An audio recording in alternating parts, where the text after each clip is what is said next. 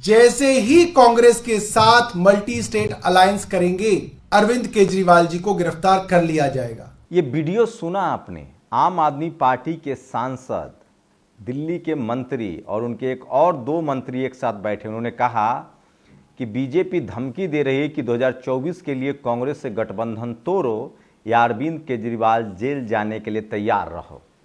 तो सोचिए किस तरह की पॉलिटिक्स हो रही है। अगर इनके आरोपों को देखें तो सोचिए बीजेपी को लेकर जिस तरह की खबरें आ रही है वो डराने वाली है।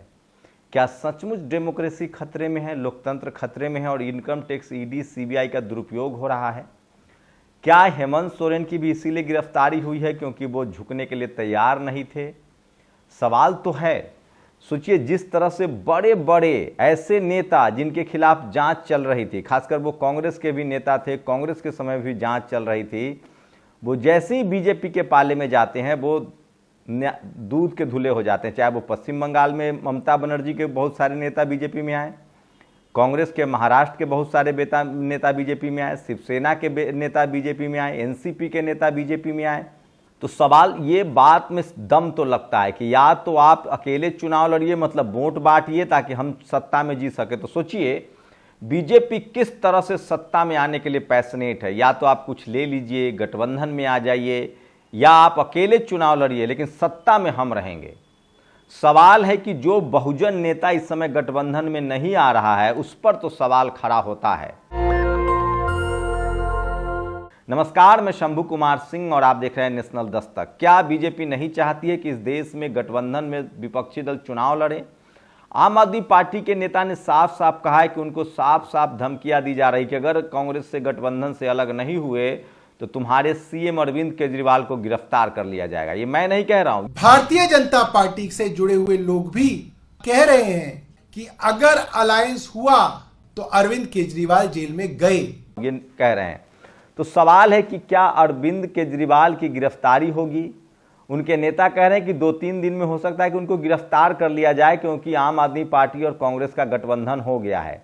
लेकिन आम आदमी पार्टी इसको पॉलिटिकल मुद्दा बना रही है, वो इससे पब्लिक डोमेन में ला रही है। उसका कहना है कि आप हमें गिरफ्तार कर लीजिए, हम तैयार हैं और इससे आपको सबसे ज्यादा नुकसान होगा। मैं फिर कह रहा हूं, आम आदमी पार्टी के नेता अरविंद केजरीवाल वैश्य समाज से आते हैं, उनकी एक अपनी आइडेंटिटी भी है और बीजेपी अगर उनको गिरफ्तार करती है तो ये उसको नुकसान जरूर पहुंचाएगा क्योंकि अब तक। लेकिन ये बात तय है कि जितना सवर्ण नेताओं की गिरफ्तारी से नुकसान नहीं हो रहा उतना बीजेपी को बहुजन नेताओं की गिरफ्तारी से नुकसान होता दिख रहा है। सोचिए महामहिम राष्ट्रपति द्रौपदी मुर्मू जो ट्राइबल समाज से आती हैं, उनको जिस तरह से राष्ट्रपति बनाया गया, उनका जिस तरह से प्रचार प्रसार किया गया, उसके बाद उस पूरे बेनिफिट को हेमंत सोरेन की गिरफ्तारी से नुकसान हो गया। भले बीजेपी ने एक ट्राइबल को मुख्यमंत्री छत्तीसगढ़ में बनाया है लेकिन बीजेपी से लगातार लोग नाराज हैं। तो सोचिए 2024 से पहले क्या क्या राजनीति नहीं हो रही है। मैं फिर कह रहा हूं अभी सारे पत्ते खुलने बाकी हैं। नीतीश कुमार को लेकर भी लोग सवाल पूछ रहे हैं कि नीतीश कुमार ने दबाव में आकर गठबंधन से निकले और बीजेपी के साथ जाना पड़ा। ममता बनर्जी और कांग्रेस की भी लगभग बातचीत डन होती जा रही। तो इस तमाम दबाव के बावजूद भी बहुत सारे ऐसे दल हैं जो गठबंधन कर रहे हैं। अखिलेश यादव और कांग्रेस ने भी गठबंधन किया है। तो सवाल सबसे ज्यादा जो उठ रहे हैं वो ओवैसी पर उठ रहे हैं कि क्या ओवैसी बीजेपी के पाले में खेल रहे हैं। लेकिन सवाल है कि मायावती जी को लेकर सवाल उठ रहे हैं।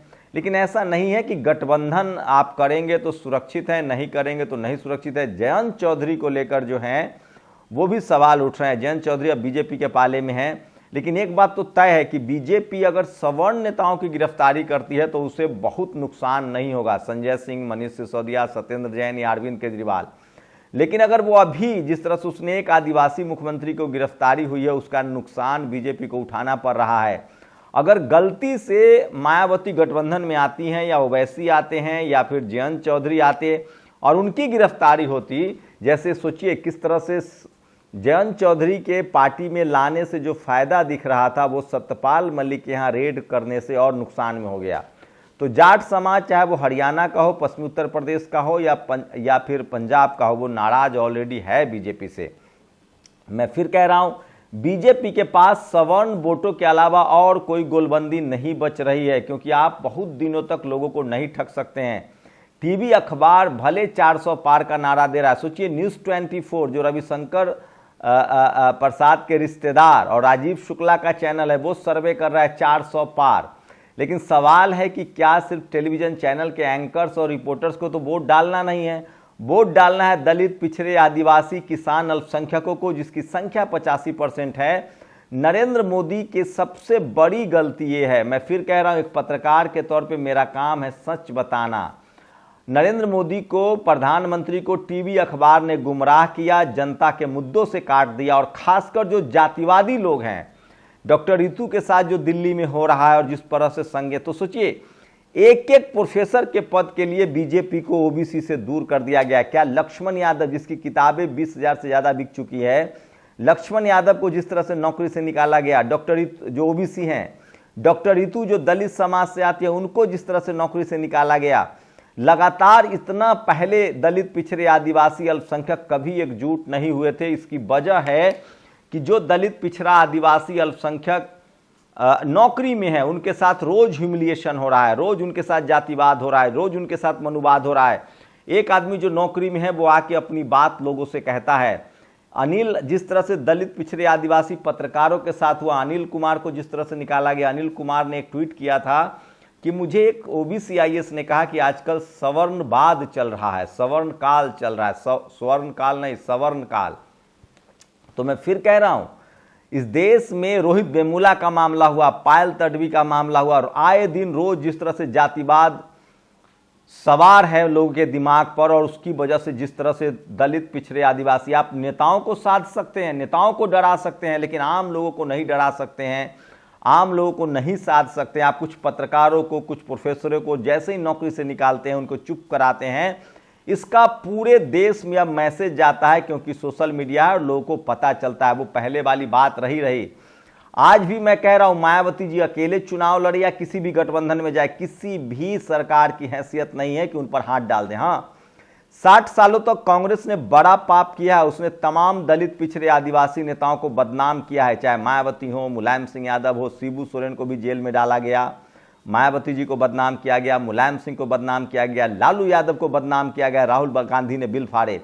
लेकिन अब समय बदल चुका है। जिस टीवी अखबार पर लोग कल तक भरोसा करते थे, अब भरोसा नहीं करते हैं। किस तरह से टीवी अखबार के जरिए तमाम बहुजन नेताओं को बदनाम किया गया था, अब जैसे ही टीवी अखबार बहुजन नेताओं के खिलाफ बोलता है, समाज उनके साथ हो जाता है। तो खेल बदल चुका है, समय बदल चुका है। सवर्ण नेताओं की गिरफ्तारी से हो सकता है बीजेपी पर असर न पड़े, लेकिन अगर बीजेपी ने किसी भी बहुजन नेता को आज के समय में अब गिरफ्तार किया तो उसका सीधा सीधा नुकसान उसको वोट के लिहाज से होगा। और मैं फिर कह रहा हूं, जातिवाद पर अंकुश न लगाना बीजेपी की सबसे बड़ी नाकामी है। गांव गांव में घोड़ी चढ़ने पर मारेंगे, मूछ रखने पर मारेंगे, एफआईआर दर्ज नहीं हो रहा है, उसे पूरे गांव को पता चलता है कि किस तरह से जातिवाद हावी हो रहा है। नरेंद्र मोदी ने जातिवाद को, और उनकी सरकार में जातिवाद बढ़ा, मनुवादियों और जातिवादियों का जो हौसला था वो बुलंद हुआ। और खासकर जो अर्बन सेक्टर है, जो पावर सेंटर्स है, media, judiciary, college, university, bureaucracy, business में जिस तरह से जातिवादी और मनुवादियों ने अपनी जातिवाद को किया और मनुवाद किया, उससे बहुजन समाज के लोग नाराज हैं। और इसमें सबसे ज्यादा ओबीसी, जो अब तक जातिवाद, मनुवाद को समझ नहीं पा रहा था, वो समझने लगा है। जिस तरह से तेजस्वी यादव के साथ हो रहा है, लालू यादव के साथ हो रहा है, अखिलेश यादव के साथ हो रहा है, इस वजह से ओबीसी बहुत हद तक दूर हुआ है बीजेपी से, और बगैर ओबीसी को वो चुनाव नहीं जीत सकते। तो दोनों चीज नहीं चलेगा। एक तरफ आप हिंदू तुष्टीकरण के नाम पर वोट ले रहे हैं, आपको लठैत भी चाहिए, और दूसरी तरफ आप उनका हक अधिकार भी छीन रहे हैं। सारे के सारे सोचिए, मैं ये तस्वीरें देखिए, आज की तस्वीरें हैं, ये दो खबरें आपको समझने में आसानी होगी। ये तस्वीरें आपको बता दें कि ये यूपी से है। आज दो जगह प्रयागराज में एक बड़ा प्रोटेस्ट हो रहा है, जिस तरह से पेपर लीक हुआ है।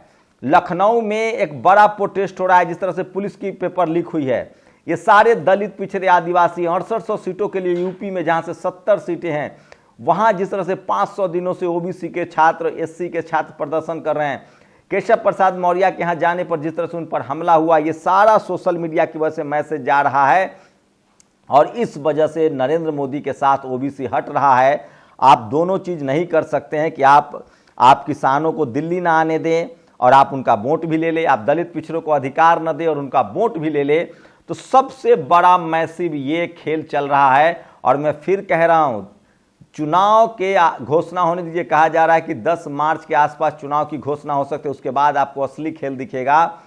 वो जमाना गया जब लोग इनकम टैक्स, ईडी, सीबीआई का आरोप लगाने पर नेताओं को चोर समझ लेते थे। बहुजन समाज के लोग अपने ही नेताओं को, अपने ही पॉलिटिकल पार्टी को भ्रष्ट समझ लेती थी। अब बहुजन समाज के लोग जागरूक हैं और उनको लग गया है कि उनके नेताओं को मीडिया ने, मनुवादी जातिवादी मीडिया ने बदनाम किया। वो अपने नेता के साथ भी, और सबसे बड़ी बात है जिस तरह से सवर्ण समाज गोलबंद है बीजेपी के साथ, और जिस तरह से पावर सेंटर्स में media, judiciary, college university, bureaucracy, business, collegium के खिलाफ लोग बोल रहे हैं। कॉलेज यूनिवर्सिटी में भर्तियां नहीं हो रही, ऋतु के लिए प्रदर्शन चल रहा है। लक्ष्मण यादव को जिस तरह से निकाला गया, रोहित वेमुला के साथ जिस तरह से हुआ, किसानों के साथ जिस तरह से हुआ, लोग बहुत अवेयर हो चुके हैं। पानी बहुत बह चुका है। 21वीं सदी है, आप बहुत दिनों तक गुमराह नहीं कर सकते हैं। और ये बीजेपी के लिए सबसे मुश्किल है 2024 में। और इसीलिए क्रांति कुमार कह रहे हैं, आगामी लोकसभा चुनाव में मैं इन दलों का सोशल मीडिया पर प्रचार करूंगा। RJD, BSP, SP, Congress, DMK, मैंने अपनी साइट चुन ली है। तो बहुजन समाज के लोग बहुत टैक्टिकल वोटिंग करने वाले हैं। जहां जहां गैर सवर्ण दलों के कैंडिडेट होंगे, जहां जहां गैर सवर्ण कैंडिडेट होंगे, वो वोट डालेंगे। और इसी बीच में आज महान संत गाडगे महाराज की जयंती है। और महान समाज सुधारक एवं स्वच्छता अभियान के जनक संत गाडगे महाराज जी की जयंती पर कोटि कोटि नमन। बाबा साहब के परिनिर्वाण के बाद इतने दुखी हुए कि इन्होंने भी अपने प्राण छोड़ दिए, इनका भी परिनिर्वाण हुआ। संत गाडगे कहते थे, सफाई का उन्होंने कंसेप्ट दिया, सोचिए किस तरह से। और उन्होंने कहा था कि अपने बच्चों को थाली बेचना पड़े, कपड़े बेचना पड़े, लेकिन एक हाथ पर खाओ, लेकिन अपने बच्चों को पढ़ाओ। तो महान संत गाडगे, कल रविदास महाराज की जयंती है, आपको बता दें 24 तारीख को। तो तमाम बहुजन समाज के जो लोग हैं वो जागरूक हो रहे हैं और सचेत हो रहे हैं। ये तस्वीरें देखिए, ईवीएम को लेकर लगातार देश भर में कैंपेन चल रहा है, वो भी वोट गोलबंद हो रहा है। तो चारों तरफ से मैं बार बार कह रहा हूं, 10 साल तो मनमोहन सिंह भी रह के गए हैं। राहुल गांधी की रैली में जिस तरह से भीड़ जुट रही है, खासकर यूपी में, वो बड़ा मैसेज दे रहा है। यूपी में 80 सीटें हैं, 50 सीटें बीजेपी लूज करती हैं तो फिर उसका नाम लेवा नहीं रहेगा। बिहार में उसके लिए मुश्किल है। जिस तरह से तेजस्वी यादव की रैलियों में भीड़ जुट रही है, उसे एक अलग मैसेज है। झारखंड में बीजेपी ने हेमंत सोरेन पर हाथ डाल के अपना सब कुछ गंवा लिया। मैं फिर कह रहा हूं, अगर गठबंधन नहीं भी होता है, ट्रायंगुलर भी चुनाव होता है, तो अभी बहुजन समाज के लोग बहुत सचेत हैं और वो जातिवाद के खिलाफ वोट करेंगे। नरेंद्र मोदी की सबसे बड़ी गलती है कि उन्होंने सरकारी कंपनियों में नौकरियां बंद कर दी, सरकारी नौकरियां बंद कर दी, जिसमें एससी, एसटी, ओबीसी को नुकसान हुआ। जातिवाद जिस तरह से बढ़ा उनकी सत्ता में आने के बाद, खासकर आरएसएस समर्थक लोगों ने जिस तरह से तमाम संस्थाओं में जातिवाद किया, उससे दलित, पिछड़े, आदिवासी, ओबीसी के लोग नाराज है। और अब तो किसान भी धरने पर हैं। दलित दूल्हे की घोड़ी से उतारने पर 11 आरोपियों को 5 वर्ष की कारावास, राजसमंद। ऐसे जातिवादियों के लिए बहुत जरूरी है जो खबर मैं बता रहा हूं। और सोचिए किस तरह से दलित पिछड़े सड़कों पर हैं। तो यूपी ने बिल्कुल खेल बिगाड़ दिया है बीजेपी का। ग्राउंड से रिपोर्ट है कि बीजेपी से नाराज है। क्या आपको प्रधानमंत्री की चंदा दो, बेल और बिजनेस लो योजना के बारे में पता है? देश में प्रधानमंत्री वसूली भाई की तरह ईडी, आईटी और सीबीआई का दुरुपयोग कर चंदे का धंधा कर रहे हैं। रिपोर्ट में सामने आया है कि वसूली एजेंट बन चुके एजेंसियों की जांच में फंसी 30 कंपनियों ने भाजपा को जांच के दौरान 355 करोड़ का चंदा दे दिया। चंदे का धंधा इतनी बेशर्मी से चल रहा है कि एमपी की एक डिस्टिलरी के मालिकों ने बेल मिलते ही भाजपा को चंदा दिया। मित्र की कंपनी को बेईमानी से फायदा और बाकियों के लिए अलग कायदा। मोदी राज में भाजपा को दिया अवैध चंदा और इलेक्ट्रल बॉन्ड ही ईज ऑफ डूइंग बिजनेस की गारंटी है। राहुल गांधी ने बड़ा खुलासा किया है कि किस तरह से कंपनियों पर रेड मारे जा रहे हैं, उनसे चंदा लिया जा रहा है। इलेक्ट्रल बॉन्ड को सुप्रीम कोर्ट ने पहले ही गलत साबित कर दिया है। और आज पीड़ित लाखों युवा की संख्या इको गार्डन लखनऊ पहुंचा है। सोचिए ये तस्वीरें हैं, ये ज्यादातर दलित पिछड़े लोग हैं। क्या ये अभी भी 2024 में बीजेपी को वोट देंगे? सवाल है कि राम मंदिर का मुद्दा अब नहीं चल पा रहा है, क्योंकि दलित पिछड़े के जिस तरह से अधिकार छीने गए हैं।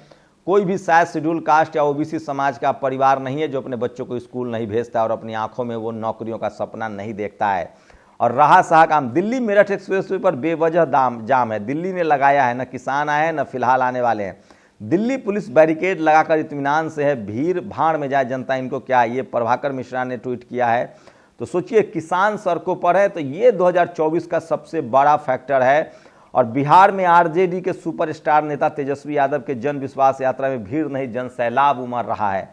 इस जन सैलाब में सभी जाति और वर्गों की भागीदारी है जो बिहार में युवा नेता तेजस्वी यादव का नेतृत्व चाहते हैं। जन विकास यात्रा की सफलता से सभी को विश्वास है, आरजेडी लोकसभा चुनाव में 40 से 35 सीटें जीतेंगी और 2025 में बिहार में भी सरकार बनाएगी। विश्वास जन विश्वास। सोचिए, तेजस्वी यादव ने जिस तरह से नौकरियों की बौछार कर दी, उनका एक बड़ा चेहरा बना है। और कब्र तो बीजेपी का नीतीश कुमार ने खोद दिया, जिस तरह से जाति जनगणना कराया, जाति जनगणना के आंकड़े जारी किए। अभी भी बीजेपी चाहे तो मास्टर स्ट्रोक खेल सकती है। मैं मुफ्त में सलाह दे रहा हूं, जाति जनगणना का अनाउंसमेंट करवा दे या जल्दी से करवा दे, कोलिजियम सिस्टम हटा दे। जातिवाद मनुवाद पर जब तक बीजेपी कंट्रोल नहीं करेगी, आप किसी सोशल मीडिया बैन करके हम जैसे लोगों का मुंह चुप कराकर आप लोगों को नहीं चुप करा सकते हैं। यूपीपी पेपर लीक मामले में आक्रोशित अभ्यर्थी री एग्जाम की मांग को लेकर ईगो गार्डन में है। सबसे ज्यादा दलित पिछड़े आदिवासियों का अधिकार छीने जा रहे हैं, किसानों के अधिकार छीने जा रहे हैं और मनुवाद और जातिवाद बीजेपी के लिए नासूर बन गया है। जब तक वो उस पर कंट्रोल नहीं करेंगे, तमाम एससी एसटी ओबीसी के नेता को अपनी पार्टी में मिला लें। जनता नाराज है क्योंकि उनके बच्चों को नौकरियां नहीं मिल रही है, उनके बच्चों के पीठ पर डंडे पड़ रहे हैं। आए दिन जो लोग नौकरी में हैं उनके साथ जातिवाद हो रहा है। क्या लग रहा है डॉक्टर रितु जो महीने से प्रदर्शन कर उनकी खबरें नहीं जाएंगी? प्रयागराज की तस्वीरें देखिए, राजेश साहू ने ट्वीट किया है, सोशल मीडिया पर तमाम वायरल है। और यही सब बीजेपी के लिए गले की हड्डी बन गई है 2024 में, और वो डरी और घबराई हुई है। लखनऊ के इको गार्डन में लाखों की संख्या में पहुंचे पुलिस के अभ्यर्थी। सोचिए, 60 लाख लोग घरों से निकले थे, ज्यादातर दलित पिछड़े आदिवासी बहुजनों के बच्चे हैं। प्रयागराज में देखिए यूपीएससी के सामने किस तरह से आरओ परीक्षा को रद्द किए जाए, इसको लेकर प्रदर्शन किया जा रहा है। दोबारा परीक्षा कराई जाए। राजेश साहू पर एक पुलिस भर्ती में सेटर की खबर करने पर उन पर एफआईआर दर्ज किया गया था। वो भी ओबीसी कम्युनिटी से आते हैं। तो आप ओबीसी पर डंडा भी चलाएंगे, शेड्यूल कास्ट पर डंडा भी चलाएंगे, उनके बच्चों की नौकरियां भी छीनेंगे। आपके जातिवादी क्रिमिनल्स, गुंडे डॉक्टर रितु की नौकरी खा जाएंगे। आप दलित पिछड़े आदिवासी को नौकरी भी नहीं देंगे, आपको उनका वोट भी चाहिए। तो ये सब बहुत दिन चलने वाला नहीं है, आप जितना कर लीजिए। और नेशनल कांग्रेस ने लोकसभा चुनाव से पहले कांग्रेस का इनकम टैक्स का बड़ा झटका। सतपाल मलिक के सीबीआई के यहाँ रेड, ठीक ठिकानों पर पैतृक संपत्ति। एक्स ने कहा मोदी सरकार ने विशिष्ट अकाउंट बंद कर दिए। तो सोचिए, राहुल गांधी के लिए सबसे खास बात है कि उन्होंने जिस तरह से जाति जनगणना का मुद्दा बनाया है, कांग्रेस क्या करेगी नहीं करेगी मुझे नहीं पता, उसका भी कैरियर बेदाग नहीं है। 60 साल में उसने भी दलित पिछड़ों को बहुत ठगा है। लेकिन फिलहाल दलित पिछड़े और अल्पसंख्यक किसान आदिवासी जो हैं उनको लगता है कि हमको गठबंधन को वोट देना है। तो बीजेपी के खिलाफ पूरे देश में लहर चल रही है। बस टीवी अखबार नहीं दिखा रहा है, इसलिए नरेंद्र मोदी को पता नहीं चल रहा है। जिस टीवी अखबार ने उनको 2019 में बचा लिया था, 2024 में उनकी हार का कारण टीवी अखबार होगा, क्योंकि प्रधानमंत्री सच से दूर हैं। सड़कों पर दलित पिछड़े आदिवासी, नौकरियों में दलित पिछड़े आदिवासी, अल्पसंख्यक, किसान कराह रहे हैं। बेरोजगारी है, लाचारी है, और आप डंडे के दम पर कितना वोट ले लेंगे? अपनी प्रतिक्रिया जरूर दीजिए। क्या विपक्षी दलों के नेताओं की गिरफ्तारी करके बीजेपी चुनाव जीत जाएगी? सबसे बड़ा सवाल है। और क्या कितने जनता को वो गिरफ्तार करेगी? जनता की नाराजगी कैसे दूर करेगी? शुक्रिया। नेशनल दस्तक की आपसे गुजारिश है कि अगर इसको बचाना चाहते हैं तो नेशनल दस्तक को सब्सक्राइब करने के लिए रेड कलर के सब्सक्राइब बटन को दबाएं, फिर बेल आइकन की घंटी दबाएं। नेशनल दस्तक को बचाने के लिए बहुत जरूरी है कि हर खबर को शेयर करें, लाइक करें, कमेंट जरूर करें।